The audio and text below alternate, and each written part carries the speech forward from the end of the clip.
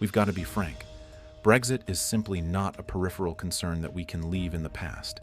It's a key contributor to the cost of living crisis right now, and it's resulting in lost opportunities, lost business and lost income at a time when people and companies can least afford it, says the Mayor of London, Sadiq Khan, at the Mansion House dinner earlier this year. A report by Cambridge Econometrics exploring the UK-EU Trade and Cooperation Agreement predicts that by 2035, London will have about 500,000 fewer jobs and 3 million fewer in the entirety of the country. The study also shows that imports will be lowered by 15.8% and 4.6% lower in exports. Investments will also take a hit, lowering to 32%, leading to fewer outputs. Today, we'll dive into how leaving the European Union has been shaping the UK's economy.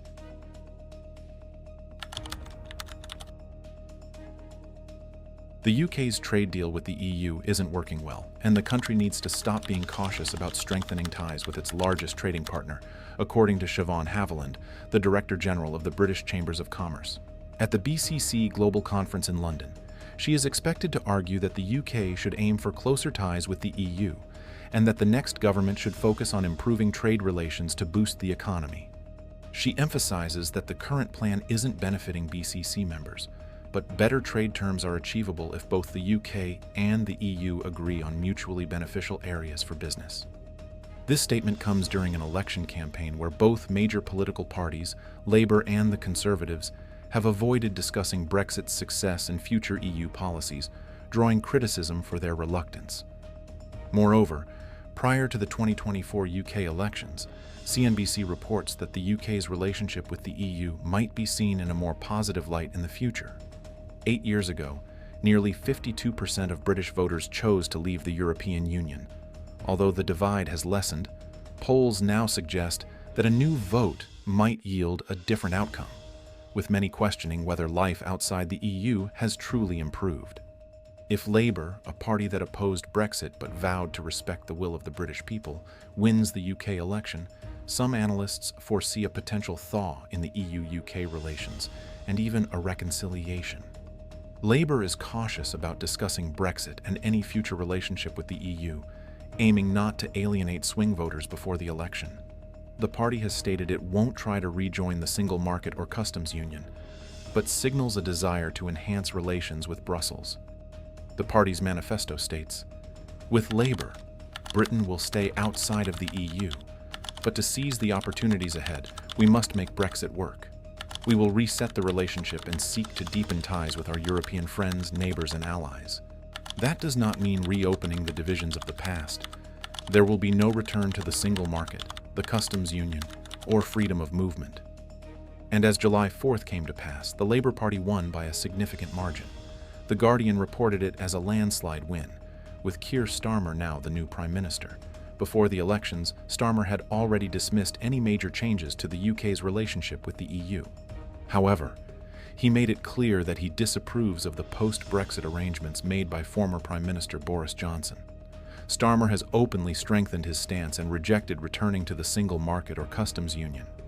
As a result, he has rejected any promises to completely restore freedom of movement between the UK and Europe to pre-Brexit levels.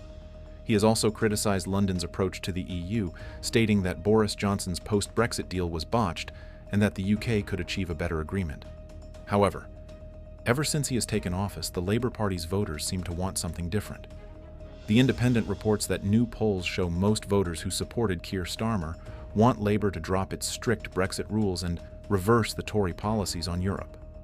When asked if Labour should reconsider its position on the single market, customs union, and freedom of movement to boost the economy, 71% agreed. Only 14% felt Labour should stick to its Brexit policies, with just 2% saying they should definitely not change it. But true enough to their party's manifesto, Labour has said that they have begun to renegotiate Boris Johnson's flawed Brexit deal. Nonetheless, Sir Keir Starmer has declared that the UK would not re-enter the single market or customs union, nor will it rejoin the EU during his lifetime.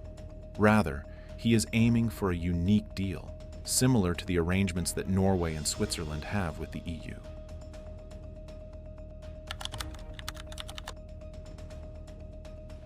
Several years have passed since the Brexit referendum, and it has been 4 years since the UK left the EU. Since then, the Trade and Cooperation Agreement has been implemented at varying paces on both sides of the Channel.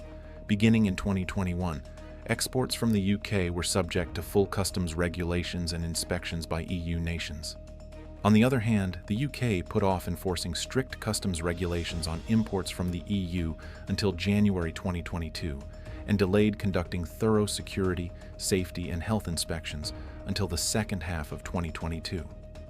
In terms of goods, imports into the UK from the EU have decreased more dramatically than UK exports to the EU, even with increased restrictions on the EU side of the border.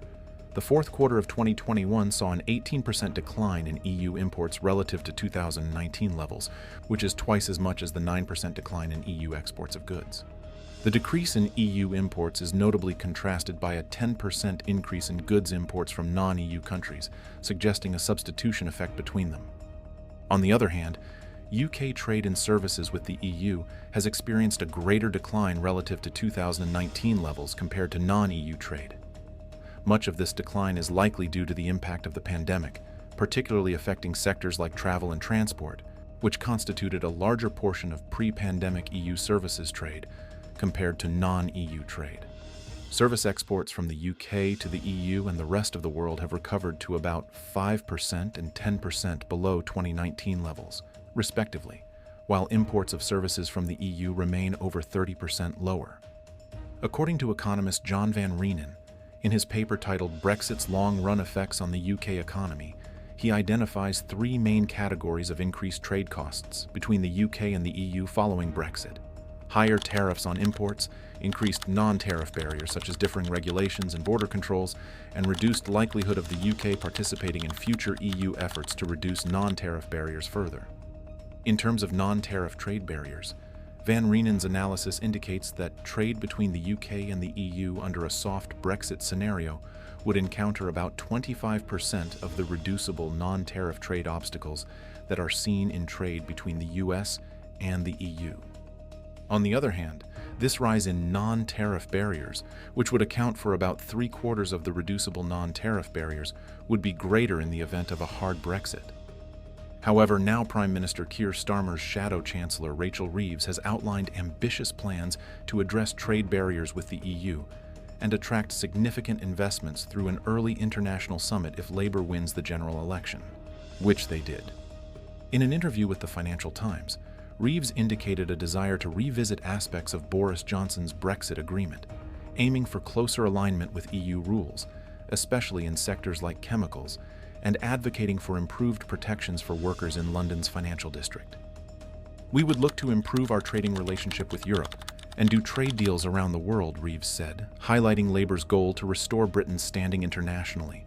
Her comments underscore Labour's goal of pursuing better UK-EU trade conditions, opposing the confrontational strategy adopted by the Conservatives in the wake of Brexit.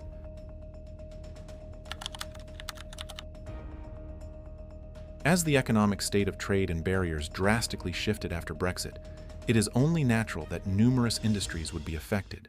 Investopedia, a hub for all things finance on the internet, has identified several areas that have been hit by Brexit.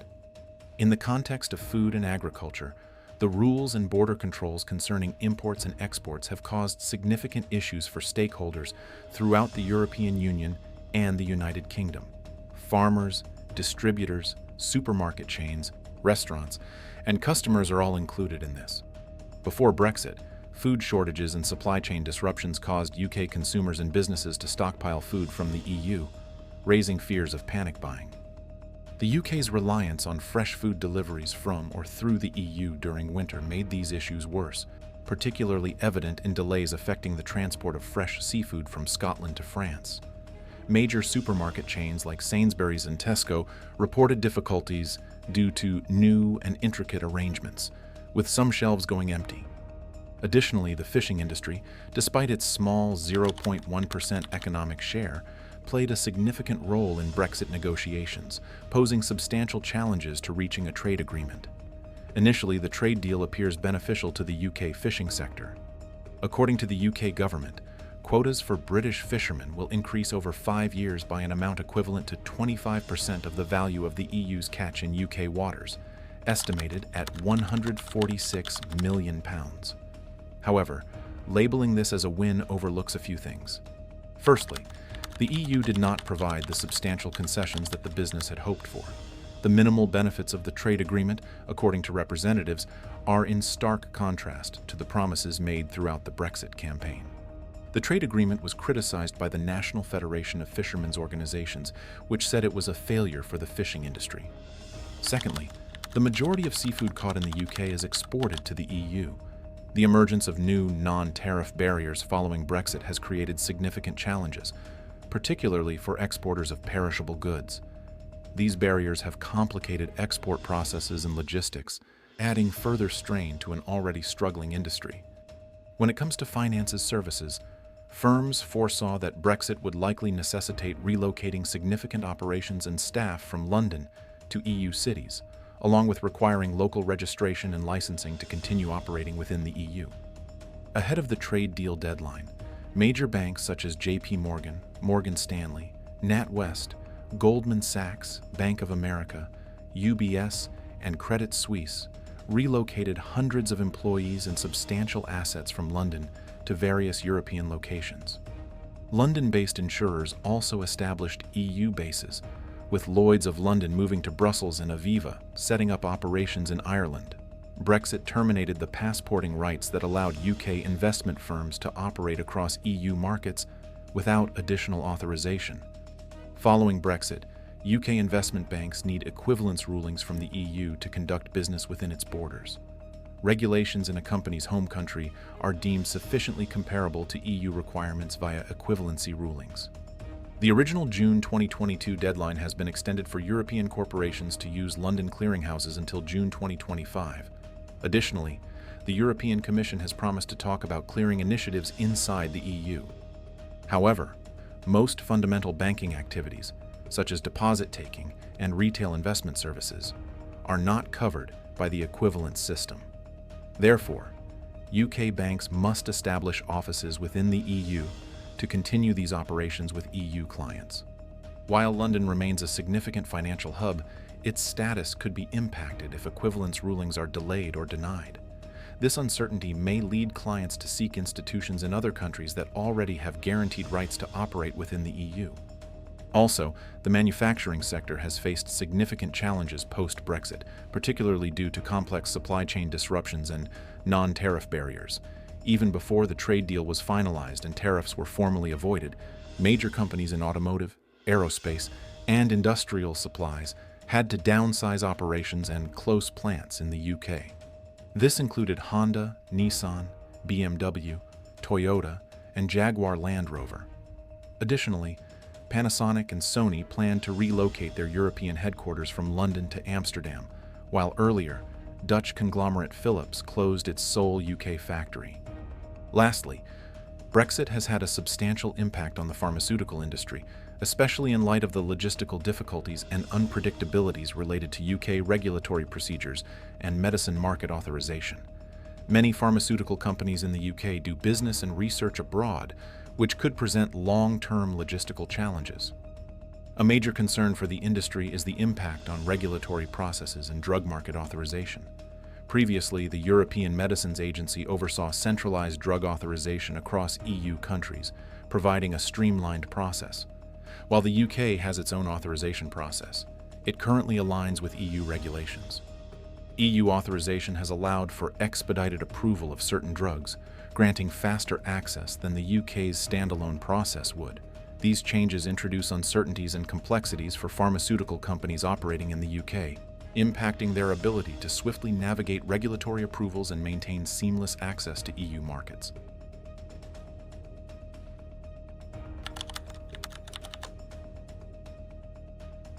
Trade and industries aren't the only ones experiencing major changes post-Brexit. With the UK leaving the EU, it brought about significant shifts in the migration system, particularly with the UK's departure from the EU ending the freedom of movement policy. This policy previously allowed nationals from European single-market countries to freely migrate to the UK. for purposes such as joining family, studying, or working in any job. As of 2020, official estimates indicate that around 3.5 million people born in the EU were residing in the UK. Among them, an estimated 2 million individuals were actively working in various sectors, with many employed in low-skilled occupations. Following Brexit, the UK established a new system for work migration that prioritizes skilled workers, with certain exceptions for seasonal and social care workers. Known as the points-based immigration system, it requires that EU nationals apply for visas in the same way as citizens of other countries, unless visiting for holidays or short trips. For EU citizens, this new arrangement is more restrictive than the former policy of freedom of movement. On the other hand, for citizens of non-EU nations, it provides more flexibility because of the lower skill and salary limits. In addition to changes in work migration, student migration policies were also revised post-Brexit. The UK reintroduced a post-study work visa called the graduate visa, which allows university graduates to remain in the UK for 2 years after completing their studies to seek employment. This policy change aims to attract and retain international students, enhancing the UK's appeal as a destination for higher education. Overall, rather than declining, migration to the UK has grown since Brexit and the end of EU free movement. Net migration, which computes the difference between immigration and emigration within a given period, is the main metric used to measure migration. This number represents the net change in population as a result of migration, accounting for both non-British and British citizens. From 2010 to 2019, UK migration policy aimed to reduce net migration to below 100,000 annually, a target that was consistently unmet and eventually abandoned in 2019 under Boris Johnson's government. From 2015 to 2019, preceding Brexit and the COVID-19 pandemic, net migration ranged between 219,000 and 332,000 per year. In 2022, net migration surged to an estimated 606,000, marking the highest recorded figure in UK history. While we're on the topic of migrations and workers, the tight labor market and rise in job openings in the UK have been especially noticeable in industries that have historically depended on workers from the EU. This pattern can be partially explained by a significant recovery in demand that followed the industries most affected by the pandemic. In the second half of 2021, several brought attention to the severe labor shortages in a number of industries, such as truck drivers, medical professionals, and hotel employees. Initially, the surge in vacancies seemed concentrated in occupations and sectors that were most dependent on EU workers before the pandemic. The heightened demand for labor likely reflects a diminished supply of workers from the EU, contributing to increased labor market tightness in these sectors. This points to a potential decrease in matching efficiency in said industries due to larger skill and industry gaps between job searchers and open opportunities. According to the European Central Bank, survey data underscored the impact of Brexit, with 15% of UK employers citing a lack of availability of EU workers as a cause for their difficulties in hiring on average. This was especially noticeable in industries like food and lodging services that employed a large percentage of EU citizens prior to the pandemic.